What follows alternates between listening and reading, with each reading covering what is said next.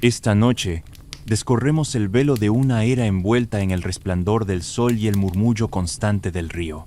Un tiempo marcado por la reverencia a los dioses que moldeaban las cosechas, una justicia administrada por escribas y gobernadores en nombre del faraón, y una dieta sencilla basada en los dones de la tierra. Juntos, nos adentraremos en la verdadera y cotidiana esencia de la vida durante el reinado de Tutankamón. Desechen por un momento las imágenes idealizadas de templos colosales elevándose hacia el cielo y faraones adornados con oro deslumbrante. La cruda realidad, sin el escudo del poder y la riqueza, era que la mera subsistencia diaria representaba un esfuerzo constante, un testimonio de la laboriosidad del pueblo frente a los ritmos implacables de la naturaleza. Así que, antes de que se acurruquen bajo sus mantas, les invito a tomarse un instante para regalarme un like y unirse a esta comunidad suscribiéndose, pero solo si realmente encuentran valor y disfruten las narrativas que comparto aquí. Felicitaciones. Sus ojos se abren lentamente en el año del reinado del joven faraón Tutankamón, en el año 1330 a.C. Permítanse un momento para adaptarse a la tenue luz de su humilde morada. La noche anterior, sin duda, estuvo marcada por el trabajo.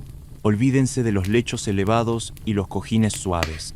Su lugar de descanso, con alta probabilidad, consistía en una estera tejida con fibras de papiro o palma, extendida sobre el suelo de tierra apisonada, quizás compartida con el calor corporal del resto de su familia, para combatir el fresco de la noche desértica. La sinfonía de la vigilia era familiar.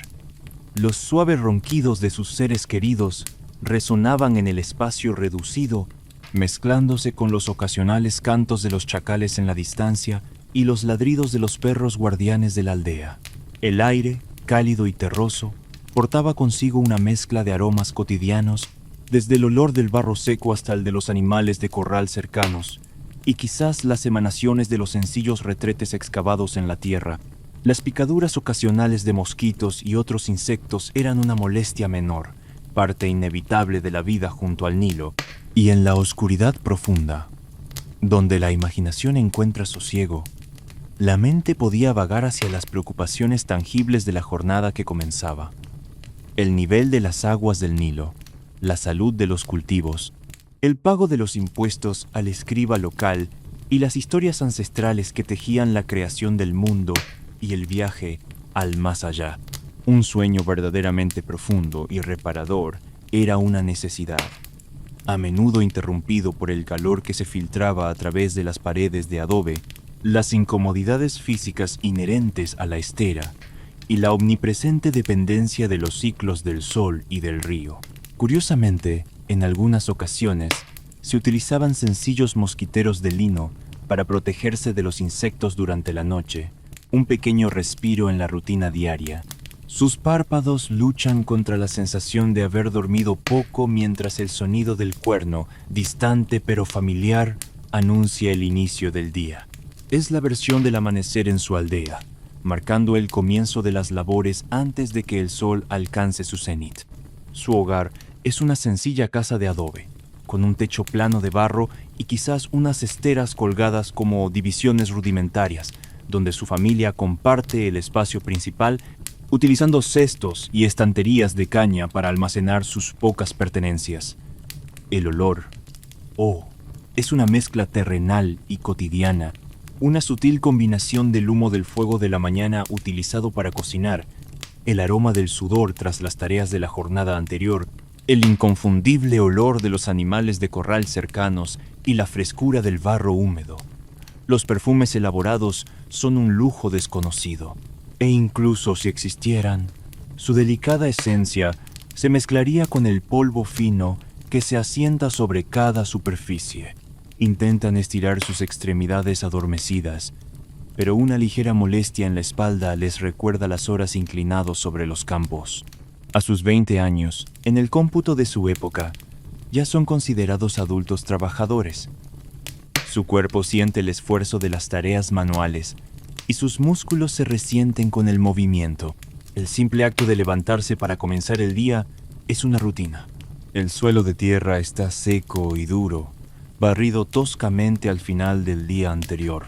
o quizás cubierto por una fina capa de arena traída por la brisa matutina.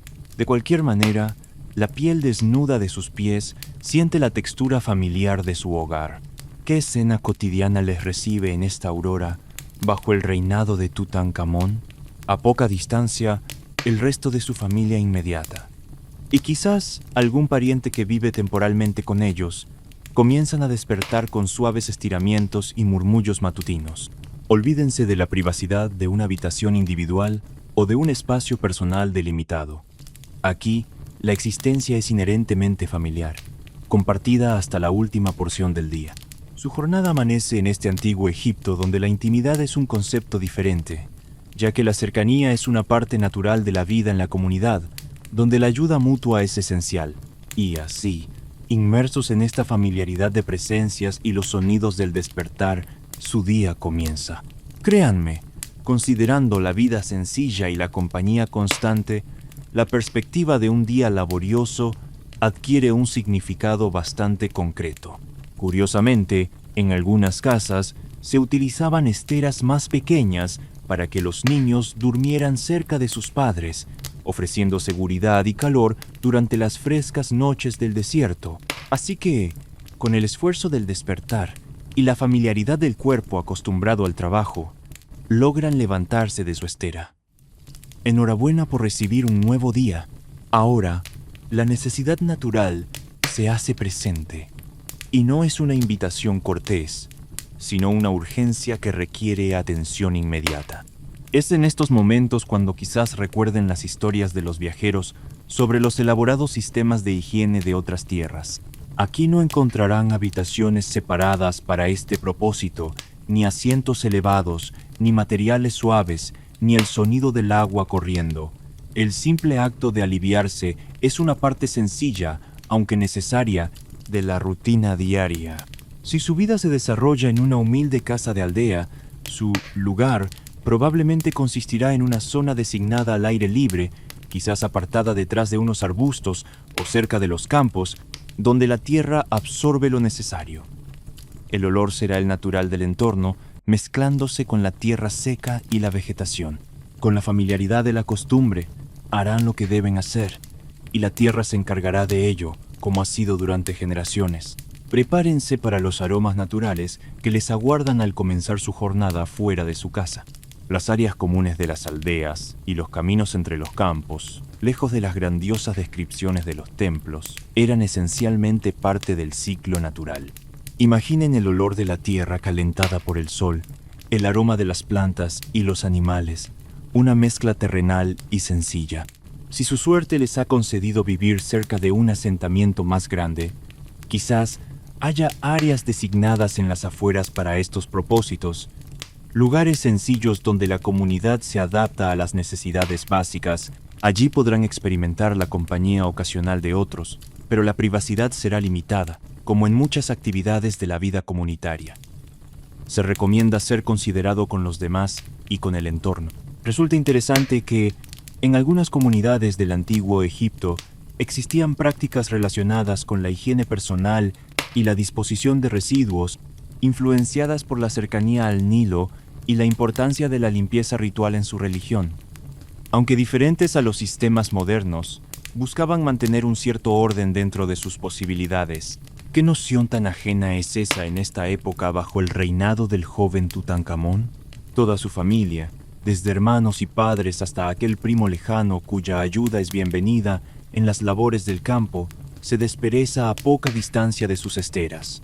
No existen los confines de una habitación personal, ni una simple tela que ofrezca un respiro visual del constante movimiento familiar, ni siquiera un instante fugaz de soledad para ordenar los pensamientos matutinos antes de que el sol reclame su atención. Bienvenidos al despertar en el antiguo Egipto, un mundo donde la comunidad es esencial para la supervivencia y donde rara vez se está verdaderamente solo, ya que la familia comparte el espacio vital y las tareas diarias. Y así, con esta familiaridad de presencias cercanas, su día comienza. Permítanme asegurarles que, a partir de este punto, la jornada estará marcada por las labores y las creencias que dan forma a su existencia. Así que, con el esfuerzo del despertar y la conciencia del trabajo que les espera, logran levantarse de su estera. Enhorabuena por recibir la luz de un nuevo día. Ahora, la necesidad natural se hace sentir con una urgencia sencilla, y no es una suave invitación, sino una parte inherente del ciclo diario. Es precisamente en estos momentos, cuando quizás recuerden las historias de los escribas sobre los elaborados baños de los nobles. Aquí no encontrarán estructuras separadas con asientos elevados, pero habrá lugares designados para esta necesidad, discretos y funcionales. En el antiguo Egipto, el simple acto de aliviarse es una parte natural de la vida, realizado con sencillez y consideración por la comunidad. Olvídense del zumo de naranja recién exprimido o de un reconfortante café con leche. Aquí, al amanecer, guiándose por la luz del sol, lo que a menudo calma la sed es el agua fresca del Nilo, almacenada en vasijas de barro. Sí, agua. La razón es clara. El Nilo es la fuente de vida, aunque siempre con la precaución de dejar que los sedimentos se asienten. Los niños también la beben, su sabor es el del río, pero es esencial para la supervivencia. ¿Anhelan un trozo de carne asada o pescado fresco? Pueden esperarlo. Estos alimentos son parte de la dieta, obtenidos a través de la caza, la pesca o el intercambio, aunque no sean un lujo diario para la mayoría. La dieta básica consiste en pan de cebada o trigo, verduras cultivadas en las riberas del Nilo, como cebollas y pepinos, y frutas como dátiles e higos, cuando la temporada lo permite. Las especias existen, obtenidas a través del comercio, pero su uso es más común entre las clases más acomodadas. La sal es un bien importante, utilizada para conservar alimentos y dar sabor. Así que mastican su pan, beben el agua del Nilo y se preparan para las tareas del día. El desayuno les da la energía necesaria para trabajar bajo el sol, porque la laboriosa jornada en los campos o los talleres es la base de su existencia. Una vez que han consumido su sencillo alimento matutino, llega el momento de vestirse. La vestimenta, funcional ante todo, ofrece poca variedad. Su vestuario consta de una pieza principal, quizás un simple schenti de lino para los hombres, o un vestido recto también de lino para las mujeres, que han llevado durante varios días adaptándose a las tareas y al clima. Olvídense de las modas cambiantes o la emoción de una prenda nueva. Aquí, la única consideración es la practicidad y la durabilidad hasta que la tela se desgaste por el uso. La ropa interior, tal como la concebimos, no es común. La pieza principal de lino cumple esa función básica. La confección es sencilla, realizada por miembros de la familia o artesanos locales, buscando la resistencia para el trabajo diario. Tampoco existen los métodos modernos de lavado. La limpieza de la ropa se realiza llevando las prendas al río o a un canal, frotándolas con arena o un agente limpiador natural y luego extendiéndolas al sol para que se sequen. En cuanto al calzado, para muchos, la protección de los pies es mínima o inexistente. Algunos pueden poseer sandalias hechas de papiro trenzado o cuero simple, que ofrecen una protección básica contra el suelo caliente o pedregoso. Sin embargo, es común caminar descalzo por los caminos de tierra, los campos y las áreas de trabajo. Esto lleva a una familiaridad con la textura del suelo y a una resistencia en la piel de los pies. La higiene personal, aunque sin los avances modernos, se practica bañándose en el Nilo o en los canales cuando es posible, utilizando aceites naturales para la piel. Los insectos son una parte del entorno, especialmente cerca del río, pero se utilizan métodos naturales como aceites y ahumado para mitigar sus efectos. La piel se acostumbra al sol y al aire libre, aunque las irritaciones ocasionales son parte de la vida. Ahora que están vestidos con su sencilla ropa y adaptados a las condiciones, ha llegado el momento de salir y participar en las labores del día. La sonrisa, aunque no sea constante, se reserva para los momentos de interacción social y familiar. La higiene bucal se practica en la medida de lo posible, quizás enjuagándose la boca con agua o frotando los dientes con un trozo de fibra vegetal. Los dientes, con el tiempo, muestran los efectos de la dieta y la falta de cuidados modernos, pero la dieta sencilla y la menor cantidad de azúcares refinados pueden influir en su estado. Los dolores ocasionales pueden ser parte de la vida, pero los remedios se basan en conocimientos tradicionales y hierbas locales. La salud general está ligada a la dieta, el trabajo físico y el entorno. Y la vida social también está marcada por las condiciones del entorno. El aliento, sin los métodos modernos de higiene bucal, es un aspecto natural de la cercanía. Si la vida familiar es importante, las relaciones se basan en la comunidad y el apoyo mutuo. La cercanía física es común y aceptada. Ahora que sienten el cansancio del cuerpo, salgamos al exterior, porque su verdadera labor, la que sostiene su vida y la de su comunidad, apenas comienza. Es hora de trabajar.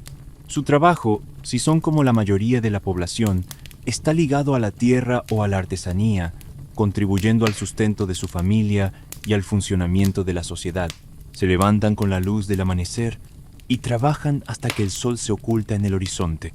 Sus herramientas: una azada sencilla, una hoz para la cosecha, un telar para tejer o las herramientas de su oficio, impulsados por su propia fuerza y habilidad. El ritmo del trabajo está marcado por las estaciones y las necesidades de la comunidad. Los días de descanso están ligados a las festividades religiosas o a las pausas necesarias para recuperarse del esfuerzo físico. El trabajo es una parte integral de la vida, una contribución esencial a la supervivencia y al bienestar colectivo. Los campos se cultivan con esfuerzo manual o con la ayuda de animales de tiro, si la familia los posee. Se riegan los cultivos, se cosechan los frutos de la tierra, se cuidan los animales y se realizan las tareas necesarias para el sustento. La comunidad se apoya mutuamente en las labores y en los momentos de necesidad. Si su rol en la comunidad es el de mujer, su jornada laboral abarca el cuidado de los hijos, el mantenimiento del hogar, la preparación de los alimentos, la fabricación de ropa sencilla y la participación en las labores del campo si es necesario. Los niños aprenden desde temprana edad a colaborar en las tareas familiares, integrándose al ritmo de la vida adulta. Si su oficio es el de artesano, como alfarero, carpintero o tejedor, su día transcurre trabajando con los materiales de su entorno, creando objetos útiles para la comunidad. La paga es el intercambio de bienes y servicios, asegurando el sustento diario. La salud está ligada a la alimentación sencilla, el trabajo físico y la resistencia a las condiciones ambientales. El descanso es necesario para recuperar fuerzas y continuar con las labores. La vida cotidiana es una interacción constante con la naturaleza y con los miembros de la comunidad, donde el trabajo y la cooperación son fundamentales para la supervivencia y la continuidad de la vida. Ahora que su cuerpo siente el cansancio de la jornada bajo el sol, hablemos del clima, ese factor constante que rige sus vidas en el antiguo Egipto, porque el tiempo no se trata solo de estaciones definidas, sino de la interacción con el sol, el viento del desierto y las crecidas del Nilo. Comencemos con la estación de la inundación. Aquest, el Nilo se desborda, cubriendo las tierras con limo fértil. Su casa de adobe ofrece un refugio sencillo, aunque la humedad puede sentirse en el aire. No hay sistemas de calefacción ni enfriamiento elaborados, solo la adaptación a las condiciones naturales.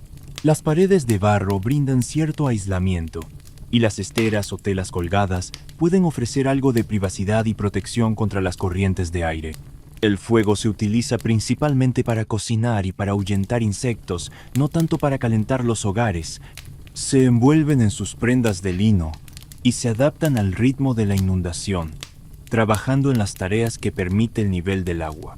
Luego llega la estación de la emergencia, Peret, cuando las aguas retroceden y la tierra se siembra.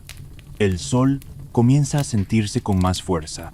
Su casa de adobe se mantiene fresca durante el día y libera el calor lentamente por la noche. No hay ventiladores, pero las ventanas pequeñas y las esteras ayudan a controlar la luz y el aire. El sudor es parte del trabajo bajo el sol, pero la ropa de lino permite la transpiración. Se cubren la cabeza con telas para protegerse del sol y buscan la sombra durante las horas más intensas. Los insectos son más activos, especialmente cerca del agua, y se utilizan aceites naturales para repelerlos. Finalmente, llega la estación de la sequía, Shemu, cuando el sol es más intenso y las lluvias son escasas. Su casa de adobe ofrece un respiro del calor abrasador del exterior. El aire puede sentirse seco y la sombra es un bien preciado. Se visten con lino ligero y buscan la frescura cerca del río o de los canales. El trabajo en los campos se concentra en las primeras horas de la mañana y al final de la tarde para evitar el calor del mediodía. El viento del desierto puede traer arena fina. Durante todo el año, la vida está ligada a los ciclos del Nilo y del Sol, adaptándose a las condiciones naturales para asegurar la supervivencia y el sustento. ¿Sienten la garganta seca por el calor del día? ¿Anhelan la brisa fresca del atardecer? ¿Desearían refrescar su rostro con el agua del Nilo? El agua es la fuente de vida, pero también requiere respeto. El río ofrece agua para beber y para la agricultura, pero se aprende a tomarla de las zonas más limpias y a dejar que los sedimentos se asienten. Los canales de riego también son una fuente, pero su calidad puede variar. La cerveza, hecha de cebada, es una bebida común, especialmente entre los trabajadores, ya que el proceso de fermentación la hace más segura que el agua estancada. El vino, elaborado a partir de uvas, es una bebida más asociada a las clases más acomodadas o a las ocasiones especiales. La clave es la conciencia del entorno y la adaptación a las fuentes de agua disponibles para asegurar la hidratación y la salud. ¿Y qué sucede con la higiene personal? Seguramente el agua del Nilo se utiliza para la limpieza, ¿verdad? En teoría, sí. En la práctica, la frecuencia varía. Verán, existían diversas creencias y prácticas en relación con el baño. Sumergirse en el Nilo era común, pero no necesariamente diario para todos. La limpieza se realizaba utilizando agua del río o de los canales, vertiéndola sobre el cuerpo con recipientes. El jabón, tal como lo conocemos, no era habitual, pero se utilizaban aceites y natrón, un tipo de sal natural con propiedades limpiadoras. Los baños comunales existían en algunas áreas, pero la higiene personal se realizaba principalmente en los hogares, cerca de las fuentes de agua disponibles. El agua de lluvia también se recolectaba y utilizaba para diversos fines. El Nilo era la fuente de vida, pero también podía traer enfermedades si no se tenía cuidado con la calidad del agua y la higiene personal. La conciencia de la limpieza era importante, especialmente en relación con las prácticas religiosas y los rituales. En cuanto a la salud y la enfermedad, las explicaciones y los tratamientos eran diferentes a los de la medicina moderna. Las enfermedades se atribuían a diversas causas, incluyendo la voluntad de los dioses, los desequilibrios en el cuerpo y factores ambientales. Los sacerdotes de Sekhmet, la diosa de la curación, eran consultados para tratar enfermedades, utilizando rituales, plegarias y remedios naturales. Los médicos laicos también existían, basando sus tratamientos en la observación y el conocimiento de las hierbas y las prácticas médicas de la época. Las heridas se limpiaban y se vendaban con lino. No existía la anestesia moderna para las cirugías, y la comprensión de la propagación de enfermedades era limitada. Las infecciones eran un riesgo grave. Los remedios a base de hierbas y minerales eran comunes, transmitidos a través de la tradición. La salud estaba estrechamente ligada al entorno, la dieta y el estilo de vida. Después de un largo día de labor bajo el sol, sintiendo el cansancio en el cuerpo y la familiaridad del polvo del campo, finalmente llega el momento de la comida. Regresan a su sencilla casa con el cuerpo agotado y el estómago anunciando su vacío, esperando el sustento que les permita descansar y recuperar fuerzas. La comida, aunque modesta, es un elemento vital en su día. La conservación de alimentos se basa en métodos tradicionales adaptados al clima. El secado al sol de frutas y verduras, el salado del pescado, el almacenamiento de granos en silos y la utilización de vasijas de barro para guardar aceites y líquidos.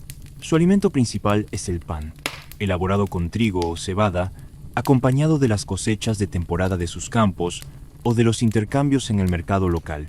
Las verduras como cebollas, ajos, pepinos y lechugas son comunes, así como legumbres como lentejas y habas ricas en nutrientes. Las frutas como dátiles, higos y melones aportan dulzor a su dieta cuando están disponibles. La carne, ya sea de aves, cabras o pescado del Nilo, se consume con menos frecuencia, siendo un aporte proteico valioso pero no diario para la mayoría. La leche de vaca o cabra y los quesos frescos son parte de la alimentación, aunque su conservación requiere cuidado en el clima cálido. Los aceites, obtenidos de oliva o sésamo, se utilizan para cocinar y aliñar. Los condimentos son sencillos: sal de las salinas del delta, hierbas aromáticas como el cilantro, el perejil y la menta, cultivadas en pequeños huertos o recolectadas en la naturaleza. La preparación de la comida es una labor familiar, utilizando hornos de barro o cocinando sobre el fuego, compartiendo los alimentos en comunidad. La comida no es solo sustento, sino también un acto social y una conexión con la tierra que les provee. Las ofrendas de alimentos a los dioses son una práctica común. Agradeciendo las bendiciones recibidas, la jornada llega a su fin. Han trabajado siguiendo el ritmo del sol, adaptándose a las estaciones y compartiendo las labores con su comunidad. Podrían pensar que las tareas del día han terminado, pero la vida en el antiguo Egipto está profundamente entrelazada con sus creencias y la presencia constante de lo divino. La religión no es simplemente un aspecto de la vida, sino el marco que da sentido a su existencia. Los templos son centros vitales de la comunidad, lugares de culto, aprendizaje y administración. Los sacerdotes, como intermediarios entre los hombres y los dioses, guían las prácticas religiosas, realizan rituales y ofrecen consejo. Las festividades religiosas, dedicadas a dioses como Ra, Osiris, Isis y muchos otros, marcan el calendario y reúnen a la comunidad en celebraciones llenas de significado. La creencia en el más allá es fundamental, influyendo en las prácticas funerarias, la construcción de tumbas y la veneración de los ancestros. Los amuletos y las plegarias forman parte de la vida cotidiana, buscando la protección de los dioses y la buena fortuna. La figura del faraón, como intermediario divino y garante del orden cósmico, Maat, es central en su cosmovisión. Su bienestar se considera crucial para la prosperidad del reino. La vida cotidiana está impregnada de esta conciencia de lo sagrado, ofreciendo consuelo, esperanza y un sentido de pertenencia a un universo ordenado y significativo. La vida cotidiana está profundamente entrelazada con la religión y las creencias ancestrales.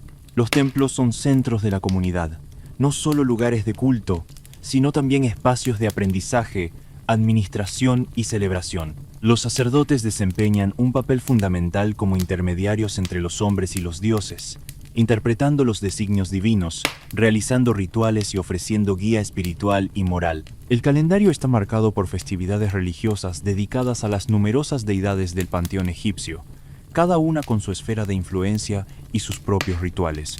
Participar en estas festividades es una parte esencial de la vida social y espiritual, fortaleciendo los lazos comunitarios y reafirmando la conexión con lo divino. Cada día se estructura en torno a las prácticas religiosas.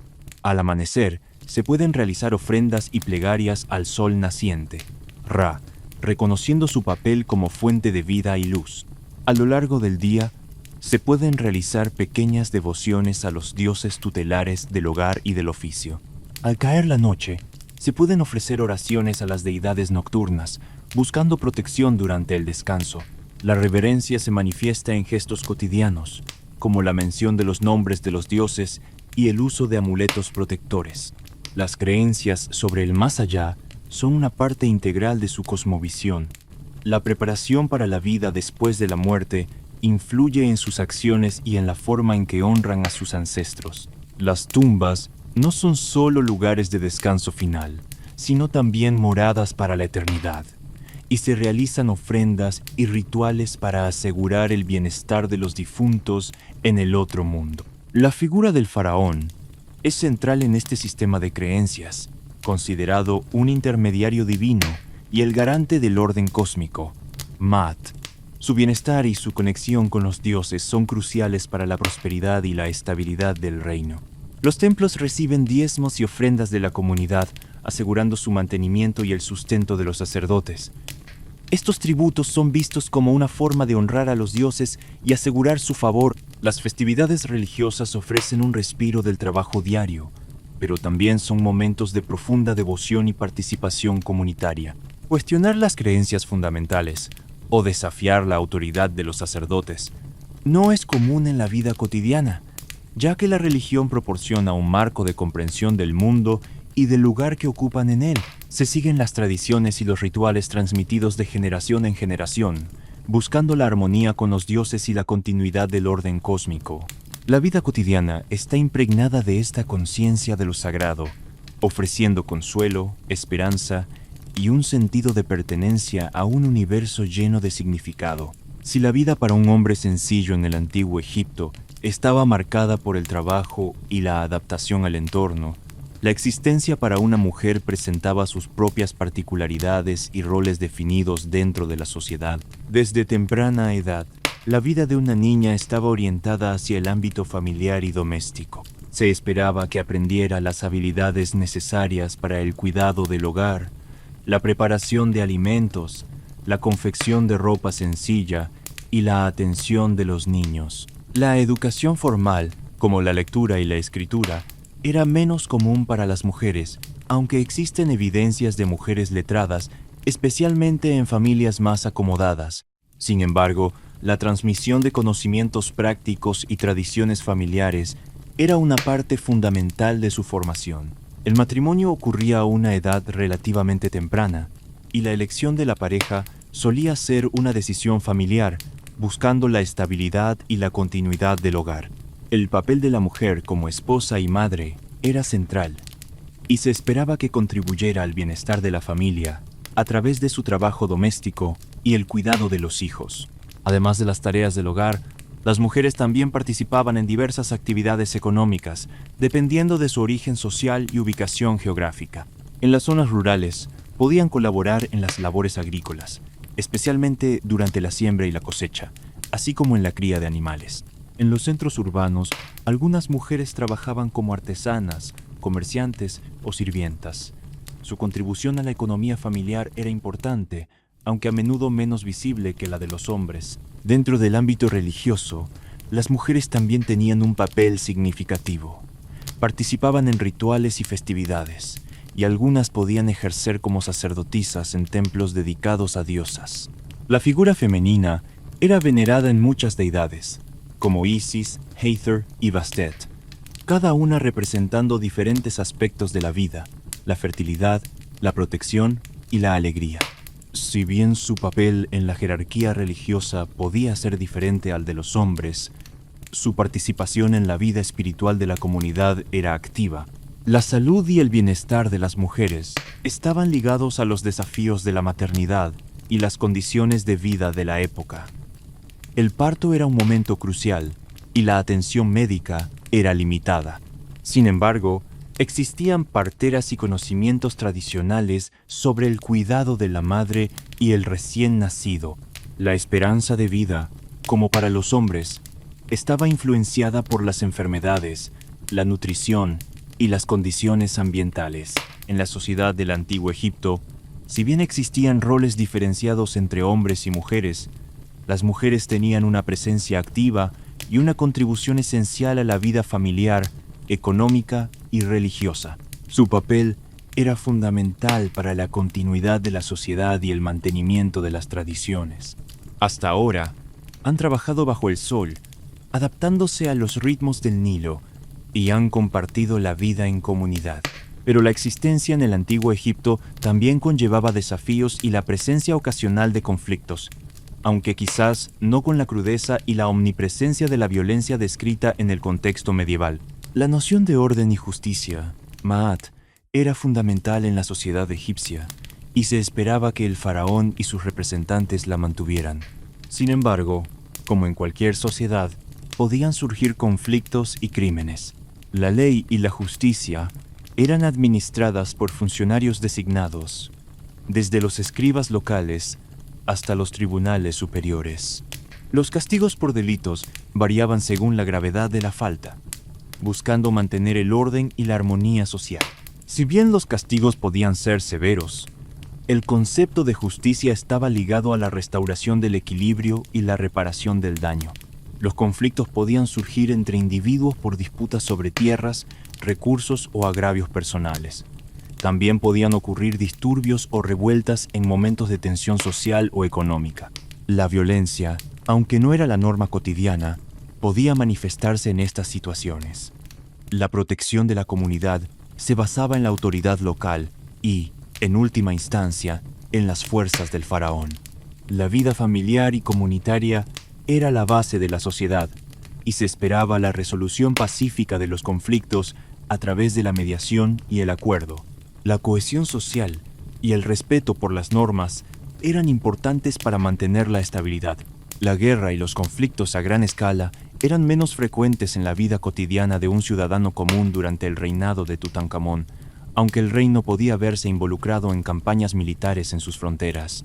La preocupación principal para la mayoría de la población era la subsistencia, el trabajo y la vida en comunidad, bajo la protección del faraón y el orden divino. Detengámonos un instante para recordar la figura del joven faraón Tutankamón, un rey niño ascendido al trono de las dos tierras en una época de cambios y tensiones religiosas. Su reinado, aunque breve, marcó un retorno a las antiguas tradiciones, buscando restaurar el equilibrio y la armonía tras el fervor monoteísta de Akenatón. No fue un faraón de vastos imperios, ni de monumentos colosales que desafiaran el cielo. Su legado perduró de una manera mucho más íntima y sorprendente. El sueño eterno en una tumba olvidada por el tiempo, custodiando un tesoro que siglos después revelaría la magnificencia de la civilización egipcia. Fue el descubrimiento intacto de su morada final en el Valle de los Reyes lo que inmortalizó su nombre, permitiéndonos atisbar la riqueza de su ajuar funerario y la profunda espiritualidad de su cultura. Tutankamón, el joven rey cuyo descanso eterno nos sigue contando historias de un pasado glorioso. Permítanme compartir con ustedes otro aspecto fascinante de la historia de Tutankamón. Su ascenso al trono, siendo apenas un niño, estuvo marcado por la influencia de poderosos consejeros que lo guiaron en los primeros años de su reinado. Uno de los actos más significativos fue el abandono de la ciudad de Ajetatón, fundada por Akenatón, y el retorno de la corte a la antigua capital de Tebas, un centro de poder religioso y político durante siglos. Este movimiento simbolizó el rechazo a las reformas religiosas de su predecesor y el restablecimiento del culto a Amón como la deidad principal del panteón egipcio. Su nombre original, Tutankhaten, que significaba imagen viva de Atón, fue cambiado a Tutankamón, imagen viva de Amón, reflejando este cambio de orientación religiosa.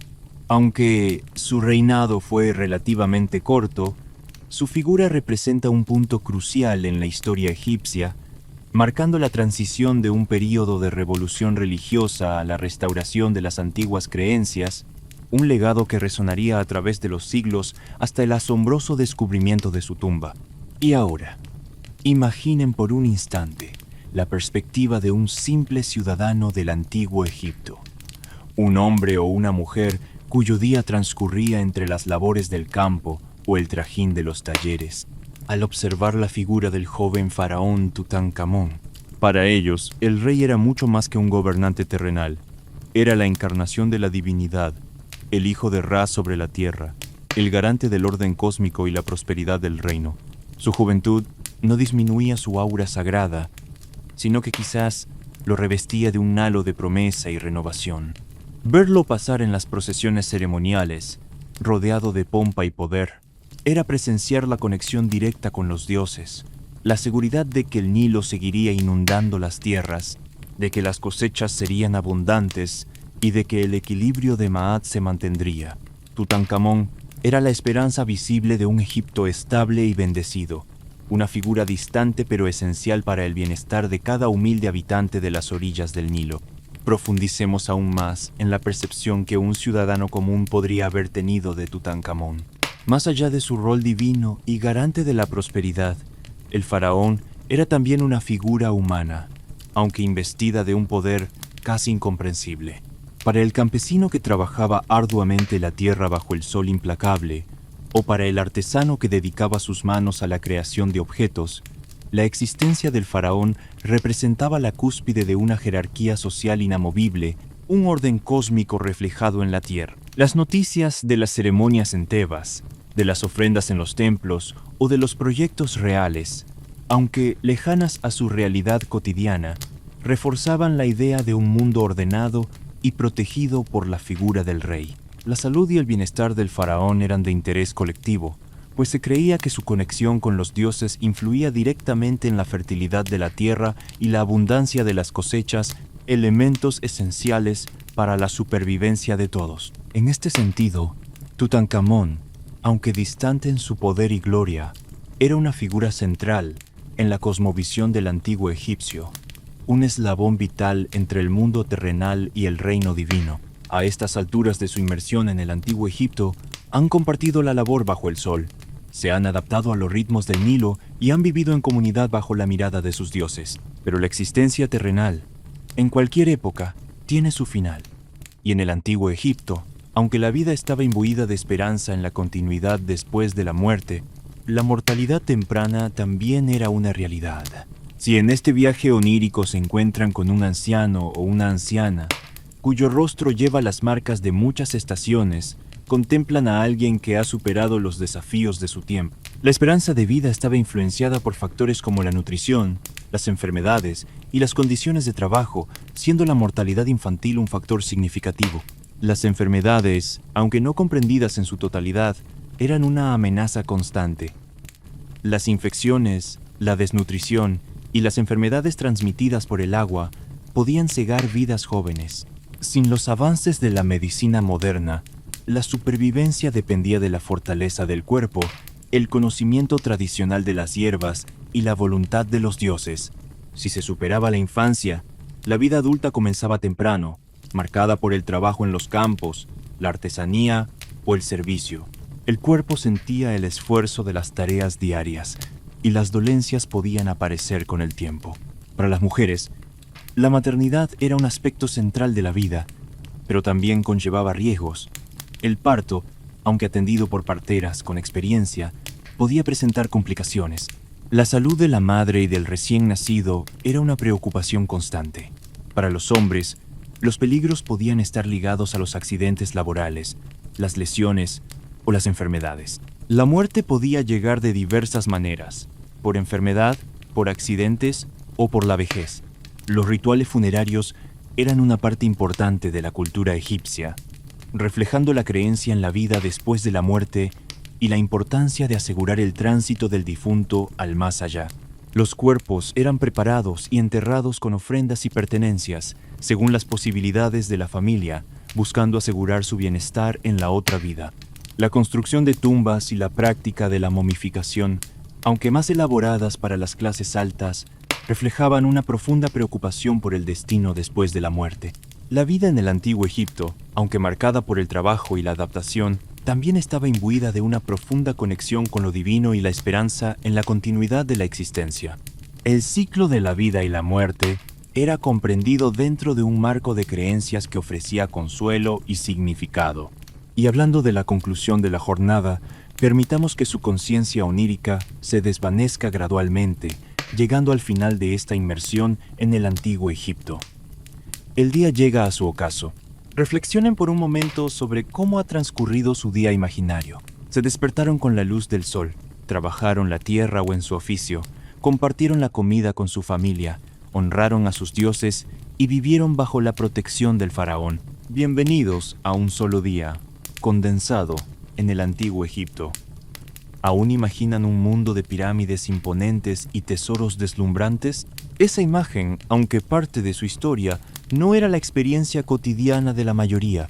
La vida para el ciudadano común estaba marcada por el trabajo, la comunidad y una profunda conexión con la tierra y sus creencias.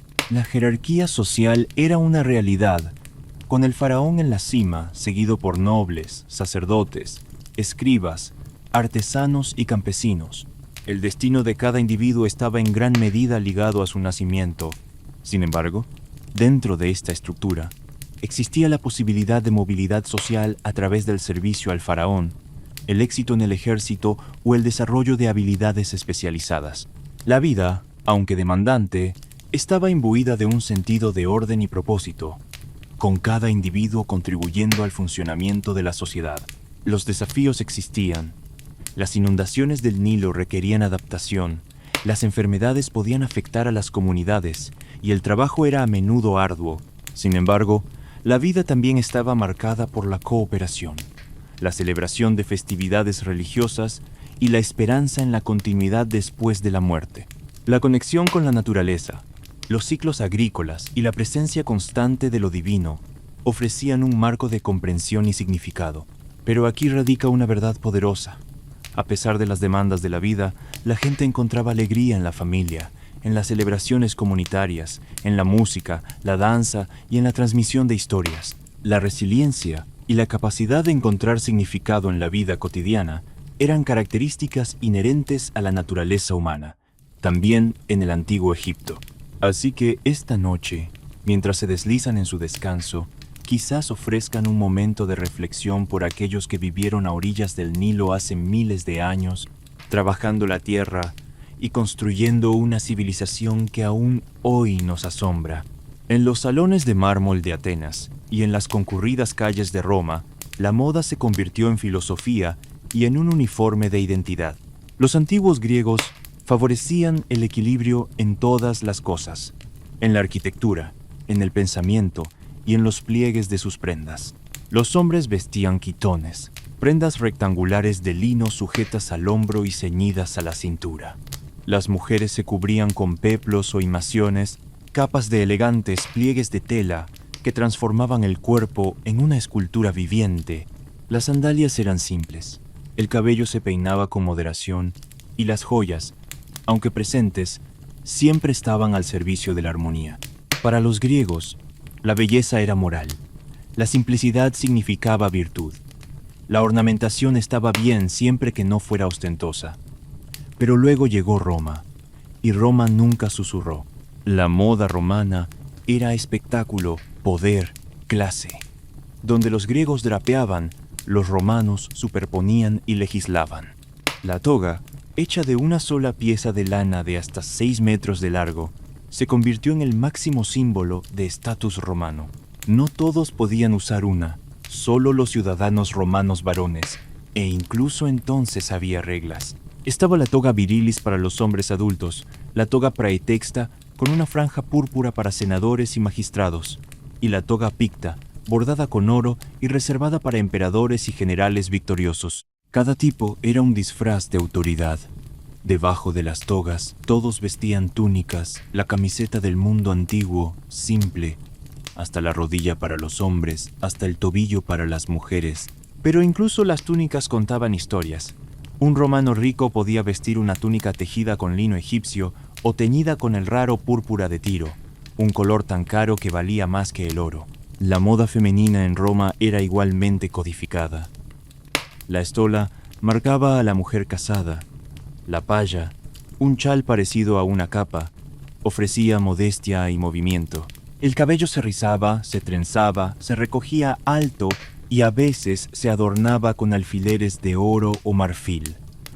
La moda no era solo belleza, era un mensaje de fertilidad, virtud y pertenencia social. Incluso los esclavos tenían un papel en la moda, definido por lo que no podían usar.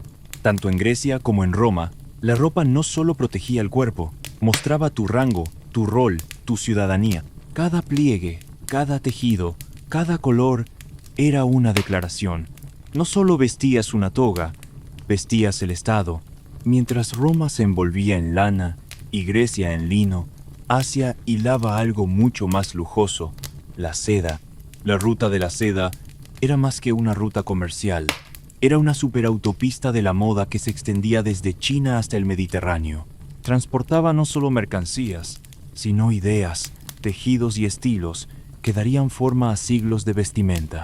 En el corazón de todo estaba China, donde la seda no era solo una exportación, era un símbolo de control imperial. Durante siglos, el conocimiento de la producción de seda se guardó como un secreto de Estado. Solo la realeza y los funcionarios de alto rango podían vestir las sedas más refinadas, teñidas en colores reservados para los emperadores, como el brillante y casi mítico amarillo imperial. Las túnicas chinas, especialmente bajo las dinastías Tang y Han, eran obras maestras de estructura y simbolismo.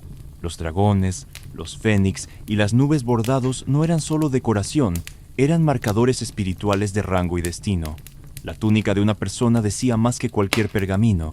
Más al oeste, en la India, la moda tomó un rumbo diferente, audaz, colorida y sensualmente drapeada. El sari, que todavía se usa hoy en día, se remonta a miles de años, tejido con fino algodón y seda, teñido con índigo y cúrcuma. Los saris no eran solo hermosos, eran huellas dactilares regionales. El pliegue, el tejido y el borde de una mujer podían revelar su origen, su casta, su estatus. Mientras tanto, en Japón la elegancia se unió a la armadura durante el período Heian. Los nobles vestían túnicas de seda en capas llamadas yunihitoe, cuyas mangas y cuellos revelaban colores cuidadosamente coordinados, una especie de código de moda poético. Pero a medida que la clase samurái ascendía, la moda se orientó hacia la función y el simbolismo. Entró en escena el kimono, usado tanto por guerreros como por plebeyos. El kimono se convirtió en una prenda de significado estratificado, su tejido, trama y diseño, comunicando estación, ocasión e incluso lealtad política. El kimono del samurái a veces se vestía debajo de la armadura, su cresta anunciando audazmente la lealtad al clan. Para las geishas y las cortesanas, las mangas del kimono se convirtieron en lienzos para el arte. La moda asiática equilibraba la tradición con el refinamiento, la moderación con la riqueza. Cada pliegue, patrón y puntada era deliberada, y a medida que las telas fluían a lo largo de la ruta de la seda, Asia enseñó silenciosamente al mundo algo vital, que la ropa no era solo protección u orgullo, era cultura cosida a la piel. En la Europa medieval y renacentista, la ropa no era solo lo que vestías, era quien eras. Desde los salones de los castillos hasta las cortes iluminadas con velas, la moda se convirtió en un tablero de ajedrez, donde cada hilo era un movimiento y cada atuendo una declaración de poder, virtud o rebelión. Durante la Edad Media, la ropa estaba rígidamente ligada a la clase social. Los pobres vestían lana burda y lino sin teñir. Los ricos se convertían en tapices ambulantes, capas forradas de piel, cinturones tachonados de joyas y elaboradas trenzas señalaban riqueza y piedad en igual medida. Los tintes lo eran todo. Un azul profundo significaba riqueza, un verdadero escarlata reservado para la realeza y los cardenales. Y luego vinieron las leyes suntuarias, códigos legales literales, que dictaban lo que podías o no podías usar según tu rango social. Si te atrevías a vestir seda sin sangre noble, eso no era un delito de moda, era un delito real.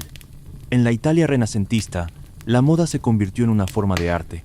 Florencia y Venecia lideraron el camino, creando prendas tan opulentas que parecían desafiar la gravedad. Los hombres vestían mangas abullonadas y jubones acuchillados. Las mujeres lucían vestidos de terciopelo con corpiños rígidos y mangas bordadas que susurraban historias de linaje familiar y poder político. No fue casualidad que durante esta época de renacimiento intelectual, la moda se volviera intensamente teatral. Cuanta más tela vestías, menos se esperaba que trabajaras. Era una representación silenciosa del estatus. Mira cuánto puedo permitirme desperdiciar. Luego vino el corsé, originalmente usado para la postura y la modestia, evolucionó hasta convertirse en una herramienta de control de la silueta, ciñendo cinturas, levantando bustos y finalmente convirtiéndose en un símbolo tanto de elegancia femenina como de restricción. El cuerpo ideal de la mujer se convirtió en un logro arquitectónico, y en las grandes cortes de Francia e Inglaterra, la moda alcanzó nuevas alturas vertiginosas, literalmente, con pelucas imponentes, cuellos con volantes y vestidos que requerían andamios debajo. Las mujeres se movían como candelabros, y los hombres eran igual de dramáticos, con medias, joyas, braguetas y zapatos que se curvaban como signos de puntuación. La moda era poder. El vestido de un cortesano podía granjear favores o arruinar reputaciones. Ser visto lo era todo. Ser visto incorrectamente era peligroso en un mundo de coronas y conspiraciones. La ropa era armadura, no solo contra el frío, sino contra la irrelevancia. Para el siglo XVII, la moda europea se había convertido en un espectáculo de excesos. En la corte francesa de Luis XIV, la moda no era solo un pasatiempo, era política. Versalles era un escenario y todos llevaban un disfraz. Los hombres se pavoneaban con abrigos de brocado con bordados de oro, puños de encaje, medias de seda y zapatos de tacón rojo, una firma del propio rey. Su cabello empolvado, perfumado y recogido en pelucas imponentes, a menudo adornadas con rizos, cintas e incluso barcos en miniatura. Los vestidos de las mujeres eran maravillas arquitectónicas, con amplios paniers que extendían las faldas varios pies a cada lado. Los vestidos estaban en capas, con volantes y bordados hasta el límite del colapso. La piel se empolvaba de blanco, las mejillas se pintaban de rojo y los lunares se colocaban como signos de exclamación. Era hermoso, ridículo y profundamente político. En un mundo donde la riqueza significaba control, la moda se convirtió en un lenguaje de distanciamiento de la élite. Para la nobleza, la ropa era una forma de elevarse por encima de lo ordinario. Para todos los demás, era un recordatorio de cuán lejos habían caído. Y luego vino la Revolución Francesa en 1789. El pueblo tomó la Bastilla. No solo el palacio, sino todo lo que representaba. Exceso, desigualdad, seda y satén a expensas del pan. La guillotina no solo cayó sobre los reyes, cayó sobre las pelucas, los tacones, los corsés. La moda de la clase alta se convirtió en el uniforme del enemigo. De repente, la simplicidad era poder. Los sans-culottes, o sin calzones, rechazaron con orgullo los pantalones hasta la rodilla aristocráticos. En cambio, vestían pantalones sencillos, la ropa de la clase trabajadora. Vestir ropa extravagante durante este tiempo no solo era insensible, era peligroso. A raíz de la revolución, la moda misma se democratizó. El mundo clásico fue idealizado, líneas limpias, tejidos naturales, vestidos de inspiración griega. Las pelucas y el maquillaje pesado desaparecieron casi de la noche a la mañana. Incluso Napoleón entendió la ropa como estrategia. Su uniforme militar, diseñado para el drama y la autoridad, ayudó a crear la imagen del líder fuerte y moderno. Su esposa Josefina popularizó los vestidos de cintura alta y los tejidos transparentes que redefinieron la elegancia para la era del imperio. Pero la peluca empolvada se había convertido en una reliquia. La moda había pasado de ostentar riqueza a redefinir la identidad. La revolución no solo cambió quién gobernaba Francia, sino lo que la gente vestía para sobrevivir. El siglo XIX rugió con el silbido de las máquinas de vapor y el zumbido de los telares. La revolución industrial no solo cambió cómo trabajaba la gente, cambió cómo se vestía. De repente, la ropa no estaba reservada para aristócratas y la realeza. Las máquinas podían hilar, teñir y coser tela más rápido de lo que jamás podrían hacerlo las manos humanas. La producción en masa significó precios más bajos, mayor disponibilidad, y por primera vez en la historia, la moda comenzó a filtrarse hacia abajo. Pero incluso cuando la fabricación se modernizó, el estilo permaneció arraigado en el espectáculo. La moda femenina adquirió volumen, dramático, arrollador y casi absurdo. La invención del crinolina, una estructura de acero en forma de jaula que se usaba debajo de las faldas, permitió a las mujeres usar vestidos que se abombaban hacia afuera como paraguas abiertos. Algunos alcanzaban los 1.8 metros de diámetro, obligando a las mujeres a moverse de lado por las puertas y prácticamente a orbitar en los salones de baile. El mensaje era claro.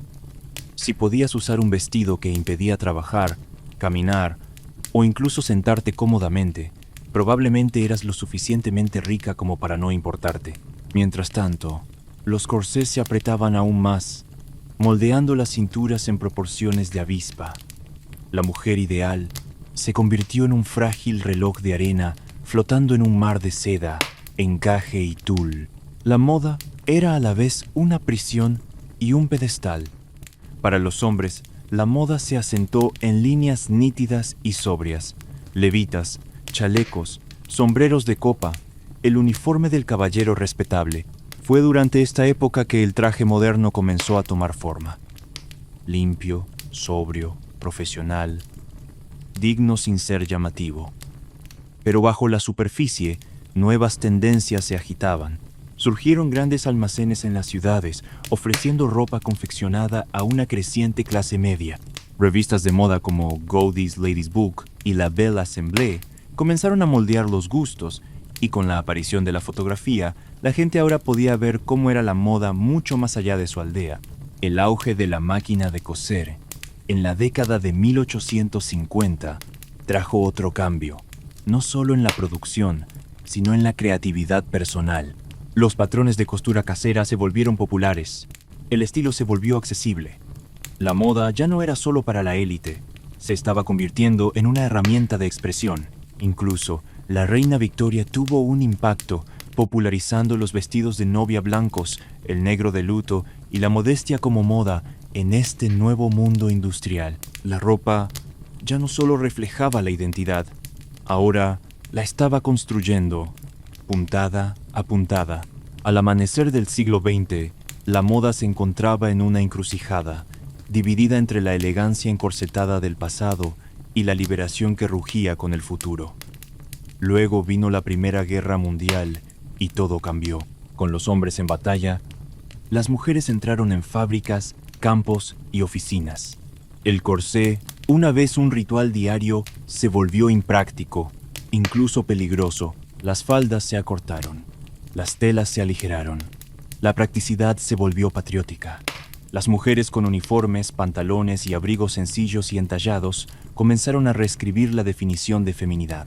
Después de la guerra, no estaban listas para volver atrás. La década de 1920 marcó el comienzo de un nuevo arquetipo. La flapper vestía vestidos de talle bajo, se cortó el pelo en corte bob, se pintó los labios de rojo y bailaba en bares clandestinos con una boquilla para cigarrillos en una mano y la rebelión en la otra. Sus vestidos brillaban con flecos y cuentas, sus rodillas escandalizaron a la sociedad y su confianza desafió generaciones de restricción. Esto era la moda como libertad, como rechazo. Mientras tanto, los hombres de la era del jazz adoptaron trajes elegantes, pantalones de pierna ancha, cabello engominado y zapatos Oxford. Hollywood ayudó a glamorizar esta imagen en la pantalla y fuera de ella. Estrellas como Greta Garbo y Clark Gable marcaron tendencias que el público de todo el mundo siguió. Luego vino la crisis. La Gran Depresión de la década de 1930 obligó a la moda a volver hacia el conservadurismo. Los dobladillos bajaron, los colores se apagaron, la gente remendaba en lugar de comprar. El estilo no desapareció, se adaptó. Las prendas viejas se reelaboraron, los sacos de harina se convirtieron en vestidos y las estrellas de cine introdujeron elementos surrealistas burlándose de la austeridad impuesta por el conflicto global. La moda se transformó en algo más que estilo, se convirtió en resistencia, una señal al mundo de que, incluso en el caos, todavía elegimos quiénes somos y qué vestimos para sobrevivir. El mundo emergió de la Segunda Guerra Mundial maltrecho, pero hambriento de belleza, y en 1947 el diseñador francés Christian Dior se la ofreció, lo llamó el New Look: cinturas ceñidas, faldas amplias y fluidas, hombros suaves y tejidos delicados. Fue un retorno dramático a la opulencia, una celebración de la feminidad, el lujo y el control. Para muchas mujeres, se sintió como volver a respirar después de años de racionamiento y uniformes. Pero no todos aplaudieron. Para algunos, el New Look fue un paso atrás, un retorno a ideales restrictivos después de décadas de progreso. La tensión entre tradición y transformación definiría la moda durante las décadas siguientes. En la década de 1950, la América suburbana adoptó un estilo pulcro, perlas y faldas lápiz, trajes de franela gris y todo planchado a la perfección. Pero bajo esa superficie lustrosa, la rebelión se estaba gestando. Los adolescentes, una demografía recién definida, comenzaron a rechazar el estilo de sus padres. Idolatraban a rebeldes de la pantalla como James Dean y Marlon Brando, cuyas camisetas blancas lisas, chaquetas de cuero y jeans azules se sentían crudos, honestos y peligrosos. Y ahí estaba, el denim. Una vez símbolo de la clase trabajadora estadounidense, se convirtió en el uniforme de la rebelión juvenil. No era moda hecha para ti, era moda que reclamabas. Luego llegaron los años 60 y la revolución no solo se televisó, se vistió. La cultura mod de Londres dio a luz a trajes ajustados, minifaldas y estampados audaces. Los hippies abrazaron el bordado, los pantalones de campana y la ropa de segunda mano con estilo. La moda se politizó, antibélica, anti-establishment, anti todo lo que vino antes. En la década de 1970, las líneas se habían difuminado. La alta costura todavía prosperaba, pero la ropa de calle había encontrado su voz. La música impulsó la moda, desde las lentejuelas disco hasta las camisetas rotas y los imperdibles del punk. Y a través de todo, los jeans perduraron, elegantes, desgastados o rotos en señal de protesta. Diseñadores como Yves Saint Laurent y Vivienne Westwood comprendieron el cambio de rumbo. La moda ya no se dictaba de arriba hacia abajo, ahora era un espejo bidireccional que reflejaba y moldeaba el mundo a la vez. La ropa ya no se trataba solo de clase o género, se trataba de actitud, identidad, resistencia. Desde las sedas de Dior hasta el denim de Levi's, la moda se había convertido en algo completamente nuevo. No solo lo que vestías, sino quién eras. Al final del siglo XX, la moda se despojó de su última piel. Dejó de preguntar qué deberíamos vestir y comenzó a preguntar quiénes somos. El siglo XXI comenzó con una nueva energía, impulsada por la identidad, la diversidad y el auge de la era digital. La moda ya no estaba regida por tendencias estacionales susurradas en los salones de París y Milán. Ahora palpitaba a través de Instagram, TikTok y las esquinas de las calles de Seúl, Nairobi y Nueva York. Las tendencias eran globales e instantáneas. Un adolescente con un teléfono inteligente podía desencadenar un movimiento más rápido que una pasarela. El auge de la moda rápida hizo que el estilo fuera más accesible que nunca. Marcas como Zara, H, M y Forever 21 producían ropa inspirada en las pasarelas a la velocidad del rayo, pero tuvo un costo: daño ambiental, mano de obra explotadora y una creciente conciencia del lado oscuro de la moda. En respuesta, la sostenibilidad se convirtió en un nuevo estándar. Los diseñadores comenzaron a reconsiderar materiales, residuos y responsabilidad. Las tiendas de segunda mano proliferaron, el upcycling se puso de moda y los armarios cápsula y el lema «compra menos, elige bien» se convirtieron en mantras, pero la verdadera revolución fue la representación. Durante décadas, la moda favoreció un tipo de cuerpo, un tono de piel, un ideal, pero ahora la industria está cambiando. Los diseñadores están contratando modelos de todas las razas, tallas, géneros y capacidades. Las pasarelas presentan hijabs, sillas de ruedas, vitíligo y drag. Lo que antes existía en los márgenes ahora camina en el centro del escenario. La moda se convirtió en un campo de batalla para conversaciones culturales. La moda ahora vive en todas partes y pertenece a todos. Lo que comenzó como lino en el antiguo Egipto se ha convertido en un lenguaje global, uno que puede susurrar tradición, gritar rebelión o simplemente decir «este soy yo». Porque al final, la moda no es solo lo que vestimos, es como mostramos al mundo quiénes somos.